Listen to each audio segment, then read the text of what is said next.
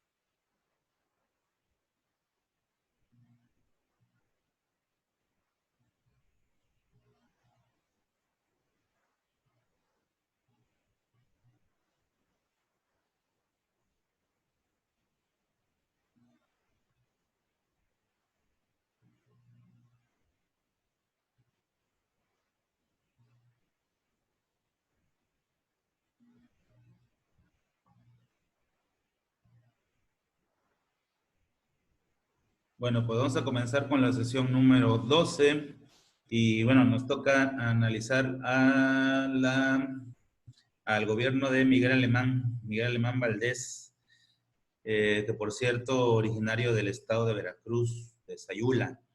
Vamos a ver las principales características de su gobierno, cómo sigue transitando ese México hacia la modernidad, dejando de ser un país que se entendía a través de las armas, como fue el caso de la Revolución, y cómo poco a poco, después de los años de la Revolución, es decir, en el México postrevolucionario, estamos ya transitando hacia un México de instituciones. Se forman, se crean más instituciones, se perfecciona aún mejor el sistema político, económico en el país, y este presidente, en términos muy generales, sí tiene una buena participación. De hecho, para muchos, sobre todo aquí en Veracruz, ¿no? Comentan que es el mejor presidente que han tenido. Eh, si nos vamos al análisis real sobre si ha sido el mejor presidente o no, obviamente pues quedaría descartado, puesto que en su gobierno el peso mexicano se devalúa 90%.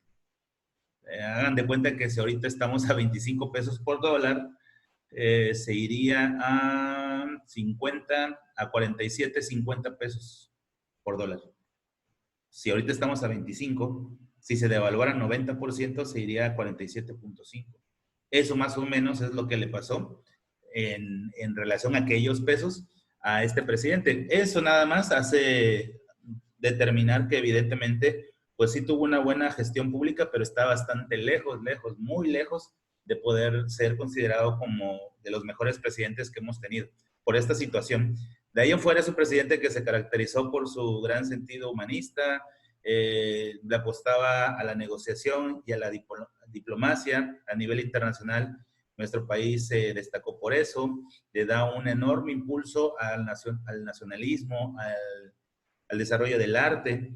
Y la segunda parte medular del tema de hoy es justamente eso, cómo se estaban desarrollando los diferentes ámbitos del arte en el México post-revolucionario, desde prácticamente Álvaro Obregón hasta este presidente Miguel Alemán. ¿Qué características tuvo nuestro país en el ámbito cultural y artístico que se nota en estos gobiernos? Entonces, son, por así decirlo, como dos temas. El primero de ellos es la gestión pública de Miguel Alemán y por otro lado, ver cuáles eran las principales manifestaciones culturales y artísticas que ocurrían en nuestro país en aquel contexto después de la revolución, ¿no? A este contexto se le llama México post-revolucionario. Y eso es lo que vamos a ver el día de hoy. Nada más para recuperar clase, recordar que en la clase anterior hablamos acerca de la participación de Manuel Ávila Camacho en la política mexicana y cómo nuestro país se vio involucrado en eventos internacionales de gran magnitud, como fue la Segunda Guerra Mundial, que por cierto ahí mandamos nuestro Escuadrón 201, que es la imagen que están viendo, el conflicto de la Guerra Fría, que también nos involucró, y también a este presidente del cual vamos a hablar el día de hoy. Se crearon nuevas instituciones como la Secretaría del Trabajo, como el Instituto Mexicano del Seguro Social y además del surgimiento del PRI. Y eso nos da pie entonces ya a continuar con la clase de hoy. Recordar las condiciones, reglas, el reglamento que tienen que seguir como alumnos en este proceso de educación a distancia que es este de acá. Acuérdense de la fotografía, que hay todavía alumnos que no tienen la fotografía y eso puede determinar o afectar la parte de la disciplina, ¿no? Porque hemos considerado que eso es importante para tener un mejor control de todos y que no vaya a ocurrir ahí nada que no esté a esa parte de lo planteado en este proceso, ¿no? Entonces, eso es lo que vamos a hacer el día de hoy. Y bueno, recordarles, porque todavía hubo muchos el día de hoy, de hecho en este momento estoy reconfigurando porque entraron tarde algunos, y eso hace que se rompa la dinámica de la clase, dando la admisión y volviendo a configurar. Entonces, bueno, nada más ese es el déficit que estamos teniendo en este grado, que todavía muchos después de iniciar la clase se siguen incorporando. A manera de introducción y viendo estas imágenes, lo más importante de este presidente Miguel Alemán Valdés, perdón, son estas imágenes. La que ven a su izquierda es la creación de un nuevo brazo del gobierno a través de los sindicatos, que es el nacimiento o surgimiento de la CROC, que contribuye a lo que ya existía, que era la CTM y la CROM con M. Esta es CROC con C. También a este presidente le toca, a diferencia del anterior, que le tocó el conflicto de la Segunda Guerra Mundial, a este le toca el conflicto de la Guerra Fría. Y para los que no sepan qué es la Guerra Fría, es un enfrentamiento entre las dos superpotencias triunfadoras de la Segunda Guerra Mundial. Por un lado, la Unión Soviética y por otro lado, Estados Unidos. La Unión Soviética acaparó un conjunto de países que se hicieron aliados de la Unión Soviética. Algunos de ellos siguen siendo aliados ahora ya de Rusia, a través de un pacto, de un plan que se llamó el Pacto de Varsovia. Pero la mayoría de los países, sobre todo los del lado occidental, incluyendo nosotros, México, nos adherimos a otro plan planteado y creado por Estados Unidos, el Plan Marshall. Tenía principalmente la finalidad de ayudar a Europa, que había quedado destruida, desbaratada después de la guerra, sobre todo por los bombardeos nazis a industrias, puertos, carreteras, todo aquello que era productivo fue destruido completamente por parte de los bombardeos, por parte de los nazis, de los alemanes, principalmente por ellos. También, bueno, Japón, aunque Japón le tocó más bien la parte oriental. Y bueno, los que se adhirieron al Plan Marshall se convirtieron en socios de Estados Unidos, les otorgó préstamos prácticamente ilimitados. Eso es lo que hizo que Estados Unidos se catapultara como la primera potencia del mundo, porque a lo largo de la Segunda Guerra Mundial, Estados Unidos no entra de manera directa, espera, tiene socios a los cuales provee armas y dinero, o armas en sustitución de dinero en préstamos, les impone intereses muy altos y cuando la guerra ya está madura, entra al conflicto para darle el triunfo a los aliados y así hacer que esos mismos aliados pudieran luego en los años posteriores pagarles la deuda. Y para ayudarlos un poco más a salir de esa crisis se crea el Plan Marshall, que apoya sobre todo a países europeos, pero luego también apoyaría a los países aliados de Estados Unidos durante la guerra. Y recuerden que en la clase pasada vimos que México participa con el Escuadrón 201, que es un escuadrón aéreo en el conflicto en contra de los japoneses. Por lo tanto, también recibimos apoyo por parte de Estados Unidos a través de préstamos, a través de diferentes mecanismos, a través del Banco Mundial y del Fondo Monetario Internacional. Y eso le toca a este presidente, le toca decidir qué bando y obviamente decide ser de los llamados países azules, de los adheridos a Estados Unidos y al régimen capitalista. Por otro lado estarían los países comunistas, socialistas, los que son normalmente caracterizados por el color rojo. Y bueno, eso es lo que le toca vivir a este presidente en esos años. También de manera positiva podemos aclarar que a este presidente, Miguel Alemán Valdés, le tocó construir Ciudad Universitaria, que es esta imagen que se ve aquí, que es un pequeño detalle respecto a esa inmensa terreno o superficie que posee la UNAM. Y a este presidente es que se le atribuye la construcción de Ciudad Universitaria. Nada más desde el nombre se llama Ciudad Universitaria porque desde aquella época acaparaba más de 50,000 estudiantes tomando clase al mismo tiempo.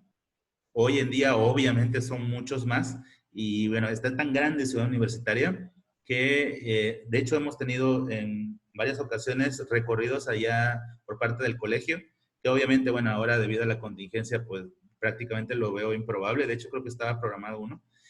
Eh, Incluso dentro de la universidad se tiene que tomar transporte público, así de grande es, ¿no? Y entonces aquí a la lejanía pues se puede ver el estadio, esto que es una imagen icónica de Ciudad Universitaria, es la biblioteca, que en sus paredes exteriores tiene plasmados murales que representan el México postrevolucionario y revolucionario, ¿no? Entonces, bueno, estas son las principales imágenes que se pueden de ver ahí. Además de rectoría, además de diferentes estadios, no nada más es el estadio de fútbol, sino hay otros más, una alberca olímpica, diferentes bibliotecas, no nada más una biblioteca, diferentes rectorías, nada más además de la principal, y los diferentes edificios para dar clases divididos en las diferentes carreras o áreas de estudio, ¿no? Y entonces es una infraestructura impresionante, y por eso es que es tan reconocido este presidente, porque él decide otorgar el presupuesto suficiente para poder construir Ciudad Universitaria. Y no crean que ya quedó desde ese primer momento ya hecha, ¿no? A lo largo de los años posteriores se siguió con el proyecto, sobre todo porque siempre gobernó el mismo partido, que es el PRI, y había una secuencia en la política pública que no hubo problemas para poder terminar y culminar las obras emprendidas por este presidente en relación a Ciudad Universitaria. De hecho, el estadio, por ejemplo, fue preparado para los Juegos Olímpicos de 1968, aunque ya desde esta fecha con él empezaron los primeros proyectos para su construcción. Y bueno, entonces esto a manera de introducción es lo más importante de este presidente, que es Miguel Alemán Valdés, que habíamos quedado es uno de los presidentes veracruzanos que han llegado ahí al puesto, que han tenido el poder federal. Ahora, hablando de las notas en relación al presidente y a su gestión pública, era ya el tercer periodo sexenal. Había empezado el periodo sexenal de 1934 a 1940 con Lázaro Cárdenas, luego Manuel Ávila Camacho, del 40 al 46, y por último el gobierno de Miguel Alemán Valdés, que involucra estos 6 años que están viendo ahí, de 1946 a 1952. Y bueno, eso permite que nuestro país siga estable, que los gobiernos tengan cierta secuencia y que se puedan llevar políticas públicas a mediano y largo plazo. No tan a corto plazo como sucede últimamente, ¿no? Que desde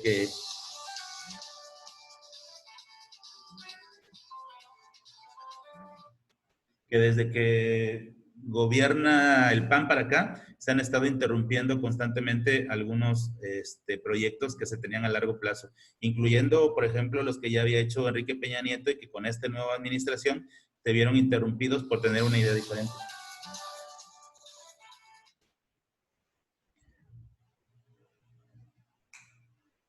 Entonces, bueno, eso es lo más importante en relación a la introducción. Ahora, hablemos ya concretamente acerca del gobierno de Miguel Alemán en forma de notas. Hablemos de la primera, de Miguel Alemán Valdés.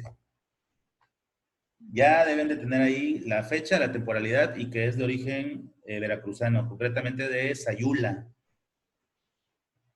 Es el primer presidente priista. Acuérdense que con el gobierno anterior se funda o se crea el PRI y por lo tanto él es el primer candidato y se convierte en el primer presidente de vertiente priista. Como bien vimos en la introducción, a él se le considera el creador de Ciudad Universitaria.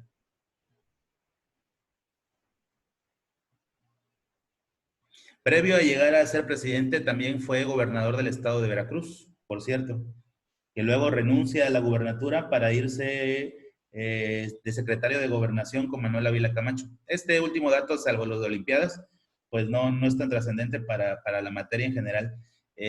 Ocupa el cargo de gobernador y ese cargo de gobernador lo deja a medias, a medio sexenio, a medio gestión, para irse como secretario de gobernación del presidente Manuel Ávila Camacho. Le toca hacer o firmar el Plan Marshall, en donde México se convierte en aliado de Estados Unidos y por lo tanto se hace acreedor a beneficios económicos que obviamente todos son préstamos, no eran dinero regalado, nada más así. Y a través del Fondo Monetario Internacional, conocido con sus siglas como FMI, y BM, que significa Banco Mundial. Ambas cosas permiten que nuestro país tenga el presupuesto suficiente para reiniciar su actividad una vez concluida los conflictos de la Segunda Guerra Mundial, que habían acabado en 1945. Entonces, el Plan Marshall fue una inyección económica para que todos los países en el mundo pudieran reactivar su economía. Y el proveedor de ese dinero, de ese presupuesto, fue Estados Unidos, ¿no? Que le benefició al final de cuentas por los intereses tan altos que se pagaban por los préstamos, además de las condiciones que se imponían a la hora de otorgar tales préstamos. Se le considera también un gran promotor de la ayuda a los sindicatos que acaparaban a diferentes trabajadores y crea para ello una nueva organización. Ya existía la CTM y la CROM y con él aparece una nueva que es la CROC, que es la imagen que tenían anteriormente, que es el logotipo oficial de esto, que es CROC. Y esta CROC significa Confederación Revolucionaria de Obreros y Campesinos. Confederación Revolucionaria de Obreros y Campesinos, conocida con sus siglas como CROC, Confederación Revolucionaria de Obreros y Campesinos. También otra cosa importante y digna de destacar es que se ve muy beneficiado el estado de Veracruz. Cada vez que un presidente llega al poder, vaya, aunque digan que no, siempre el estado del cual él es originario siempre se ve beneficiado con la política pública que se implementa. Les voy a poner el ejemplo del anterior, que supuestamente, de los anteriores, que ya era un México institucional, que ya eran los primeros presidentes, si me permiten el término, decentes que teníamos, Manuel Ávila Camacho y Lázaro Cárdenas. ¿Saben qué? Que ambos, uno beneficia a Puebla y Lázaro Cárdenas a Michoacán, y tienen gran desarrollo estos dos estados, debido a que el presidente de alguna u otra manera hacía inversiones o política pública que beneficiaba a esos estados. Bueno, pues no fue la excepción Miguel Alemán Valdés. El estado de Veracruz se vio muy beneficiado con obra pública gracias a este presidente. A este presidente se le caracteriza por darle un gran impulso a la industrialización. De hecho, esto es otra nota. Se caracteriza por darle un gran impulso a la industria. Y con ello promueve el desarrollo y el progreso. Obviamente, a través de la industrialización se crea o se promueve el progreso, el desarrollo y como consecuencia el bienestar. Ya antes habíamos tenido un proceso igual, lo vimos muy a detalle en Olimpiadas, con el presidente Porfirio Díaz, donde se implementó la ideología y la política positivista, una corriente que le apostaba al conocimiento, a la innovación, al progreso, el desarrollo de los países. Y ahora le tocaba a este presidente también implementar una ideología parecida a través de este proceso de industrialización. Y para este proceso de industrialización se crean cientos de escuelas de carácter técnico, se crean muchos institutos que capacitan al obrero para que se pueda incorporar inmediatamente, termine la escuela, la formación prácticamente básica e inmediatamente la profesión.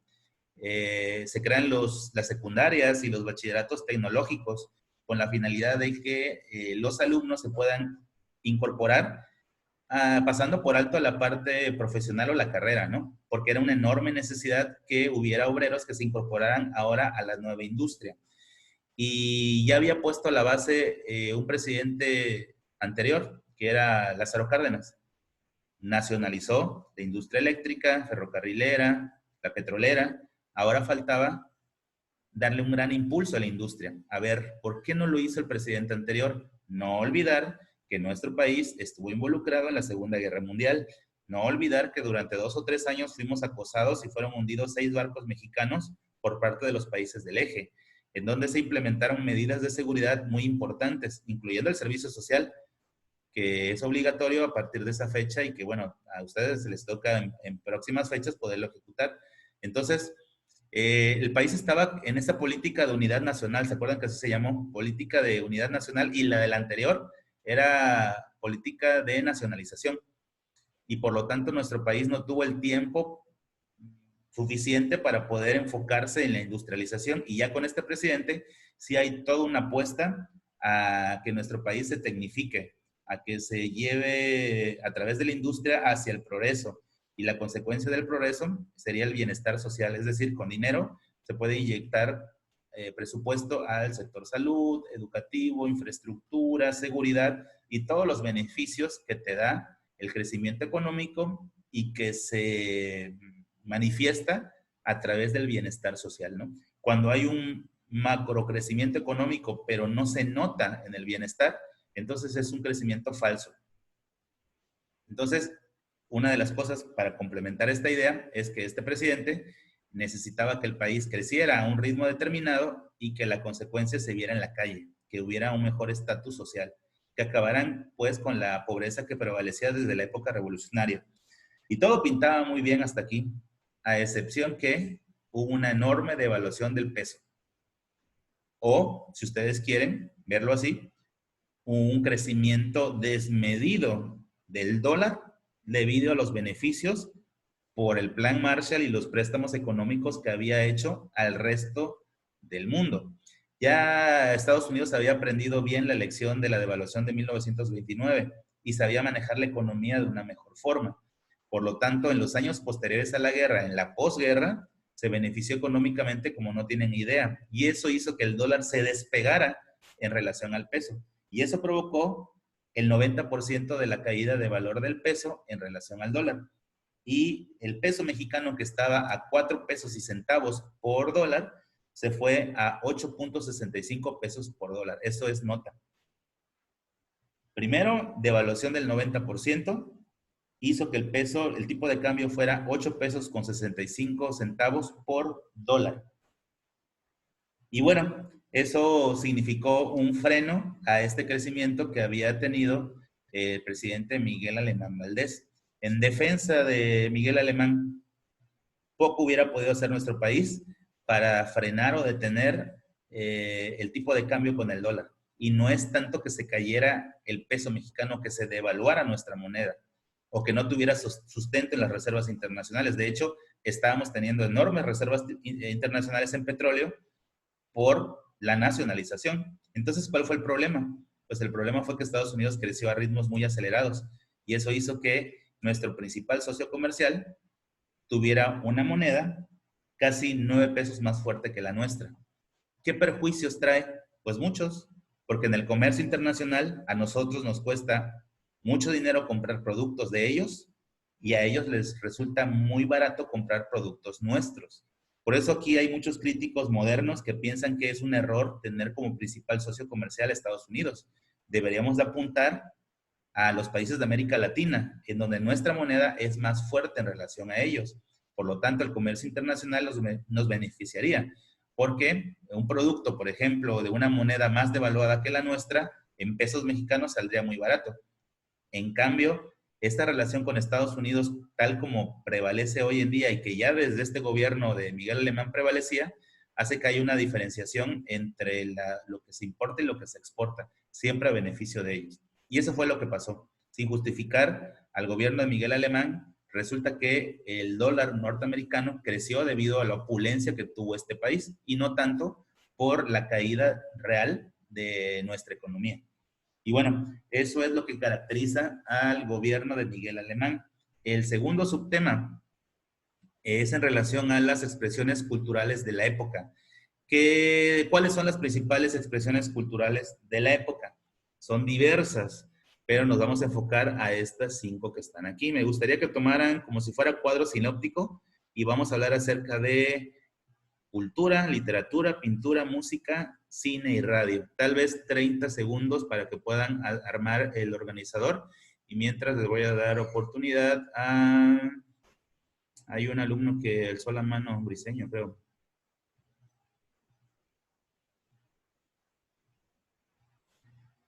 Briseño, ¿puedes abrir tu micrófono? No sé qué dudas tengas, alzaste la mano en el chat o fue un error de dedo. Ya está abierto el micrófono. Bueno, ábrelo tú.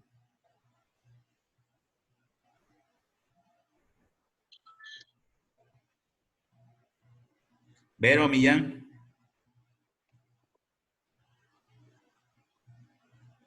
¿Ninguno de los dos?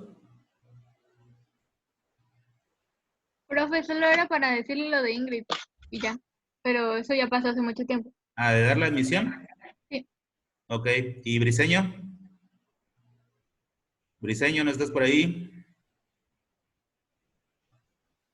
Bueno, pues al final le damos un poco de tiempo a ver si puede externar su duda.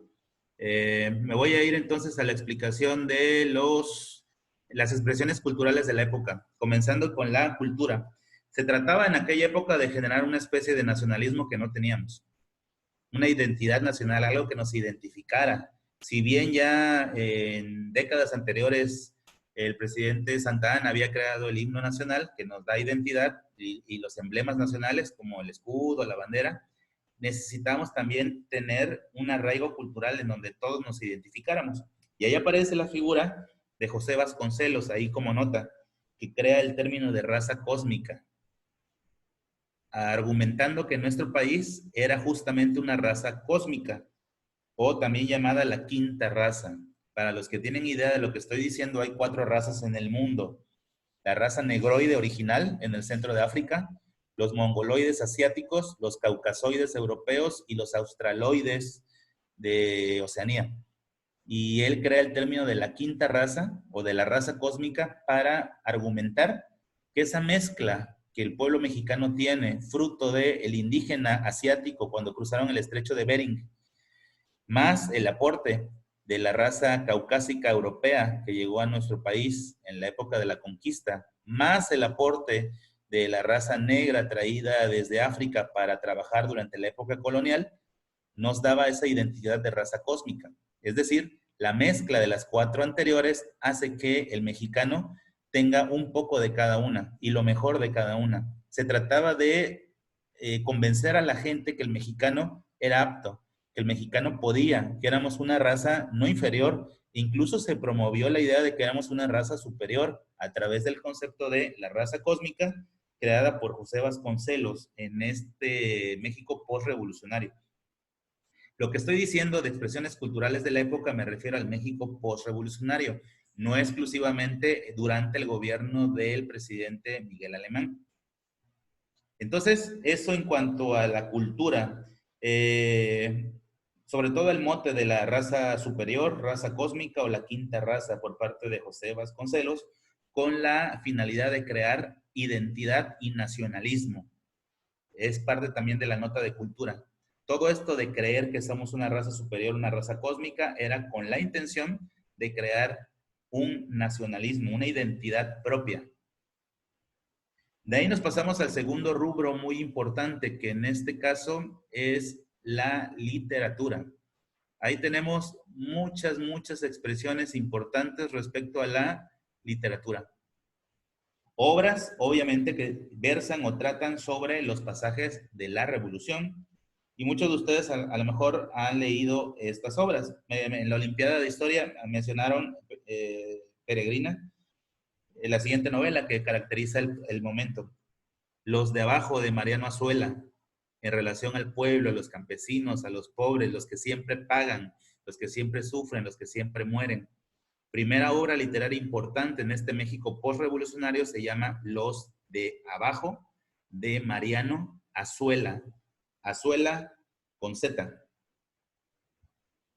Otra obra muy importante también de la época es del México postrevolucionario, es Pedro Páramo, de Juan Rulfo, que también en la trama o en la historia menciona pasajes de esa revolución mexicana. Pedro Páramo, de Juan Rulfo. Las siguientes 2 obras van juntas porque son de un mismo autor. El Águila y la Serpiente, íconos de la literatura mexicana revolucionaria.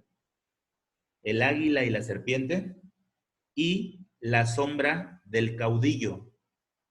Ambas novelas fueron escritas por Martín Luis Guzmán. Repito, El Águila y la Serpiente, La Sombra del Caudillo, fueron obras literarias escritas por Martín Luis Guzmán. y son las obras más importantes de la literatura en ese contexto post-revolucionario. Cada una de ellas habla acerca del proceso armado que vivió nuestro país para poder alcanzar la democracia y un México de instituciones. Hasta ahora entonces van dos expresiones culturales, falta una tercera. Y esta está relacionada con la pintura.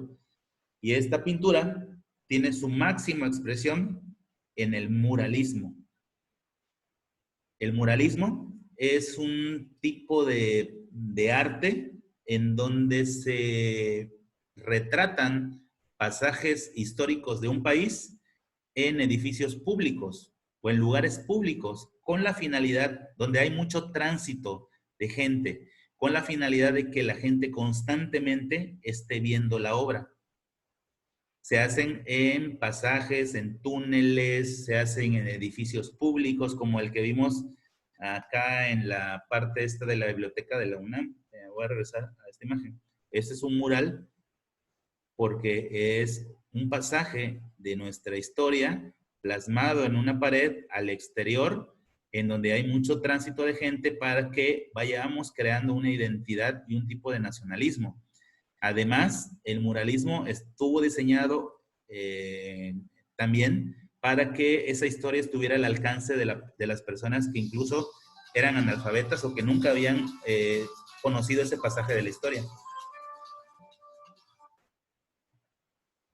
Entonces, bueno, eso es el muralismo.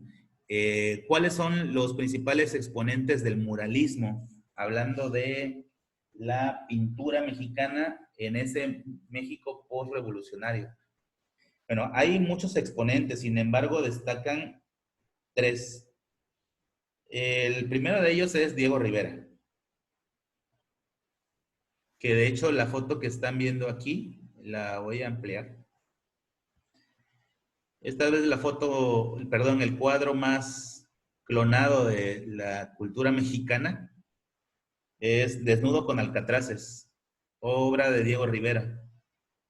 Esta es una de las obras que más identifican a Diego Rivera, aunque ya quedamos que él también era muralista, ¿no?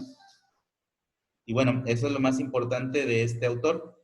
Por otro lado, tenemos a José Clemente Orozco, también otro muy importante pintor muralista de la época. José Clemente Orozco tiene como obra más importante La Trinchera. También es una obra icónica dentro del muralismo mexicano. Hasta ahora entonces van dos de la pintura muralista. Diego Rivera con Desnudo con Alcatraces, que es la imagen que están viendo ahí al centro. Y por otro lado, José Clemente Orozco, con su obra La Trinchera. Y el tercero, que no podemos omitirlo, es David Alfaro Siqueiros. David Alfaro Siqueiros con S.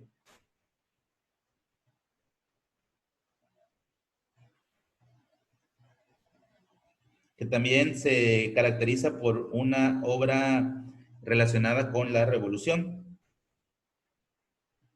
De hecho, hay dos obras, una se llama El Porfiriato y otra se llama La Revolución, que destacan a David Alfaro Siqueiros. Estos tres personajes sus principales obras están en Bellas Artes, en donde se plasma esta idea muralista, pero en este caso está al interior de un edificio, pero que está al alcance de que mucha gente lo pueda ver diariamente para que conozca los pasajes de la historia aún sin saber la historia. Por ejemplo, viene un extranjero, viene un chileno. Están tan bien elaborados los cuadros muralistas que simplemente verlos identifica los diferentes pasajes, identifica sobre qué trató la Revolución Mexicana sin siquiera saberlo. Esa es la magia de un muralista bueno. Además de los tonos, además de la paleta de colores, que por ejemplo la de Siqueiros se identifica perfectamente por las luces que tiene, los matices que tiene su pintura, son obras que tienen la capacidad de transmitirte algo sin estar escrito nada. Es como los que les gusta mucho la danza. La danza a veces te explica cosas sin habla, simplemente con movimientos. Esa es la máxima expresión del arte. Entonces, esto también es la máxima expresión del arte. En cuanto a la música, en la música aparecen diferentes tipos de música. La música de orquesta, la música sinfónica, está a cargo de Manuel M. Ponce, obviamente, como el máximo representante de ese tipo de música. Manuel M. Ponce, en las Olimpiadas hay una pregunta a este respecto, pero también aparece en este México postrevolucionario la música popular mexicana. Y en esa música popular mexicana, pues valdría la pena poner a un personaje, pues nativo, un personaje veracruzano. Y me estoy refiriendo a Agustín Lara. En este México postrevolucionario también aparece la figura de Agustín Lara como uno de los máximos exponentes de esta nueva música popular mexicana, además de Manuel M. Ponce, que se refería a música formal de tipo orquesta. Falta el cine y la radio. Los ponemos juntos porque tienen cierta relación, pero lo vamos a explicar de manera separada. El primero de ellos, el cine. A partir de 1936 aproximadamente aparece el cine de oro mexicano. La primera película, digo, si estuviéramos jugando el Tlamatini, yo creo que Peregrina sabe esta respuesta. La primera película mexicana destacada a nivel internacional se llama Santa, y es con ella que comienza esta etapa del cine de oro mexicano, que alcanzaría su clímax en los años 40, años 50. Otra película muy destacada en este proceso es Allá en el Rancho Grande, también otra obra icónica del cine de oro mexicano. Por mencionar solamente algunos, ¿no? Porque hay infinidad de películas en esta época, ¿no? Hablando de la radio, aparece la XEW, XEW, a partir del año de 1930, con Emilio Azcárraga. Si le suena conocido el apellido, es porque el actual propietario de las acciones de Televisa es el hijo de este personaje. Emilio Azcárraga es el que funda la radio en nuestro país a través del XEW, y se hace famosa la XEW con un personaje llamado Cricri, que bueno, a ustedes no les tocó, pero bueno, seguramente a sus papás sí, y pregúntenles para que les hablen acerca de él. No eran canciones destinadas a un público infantil. Entonces, bueno, donde por cierto se iba cargada de ciertos valores sociales la letra de sus canciones. Y bueno, fueron las expresiones máximas del arte durante el México postrevolucionario. Y le tocó estas expresiones a este presidente que estamos viendo el día de hoy, pero también a los anteriores. Y todavía prevalecería esa dinámica del nuevo cine mexicano a lo largo de las próximas décadas y por lo tanto próximos sexenios. Y bueno, la actividad es esta, lo que yo utilicé para exponer, las notas que se toman al respecto, y el tema de expresiones culturales, con lo que yo expliqué, más estas páginas de libros, se hace un reporte de una cuartilla. Esto se entrega en la en la carpeta número 12 de Drive. Y bueno, que tengan un buen fin de semana. Muchas felicidades por su día. Pásenla muy bien. Que descansen este fin de semana y estén en casa, pero contentos con su familia. Felicidades por lo del Día del Niño. Un abrazo a todos.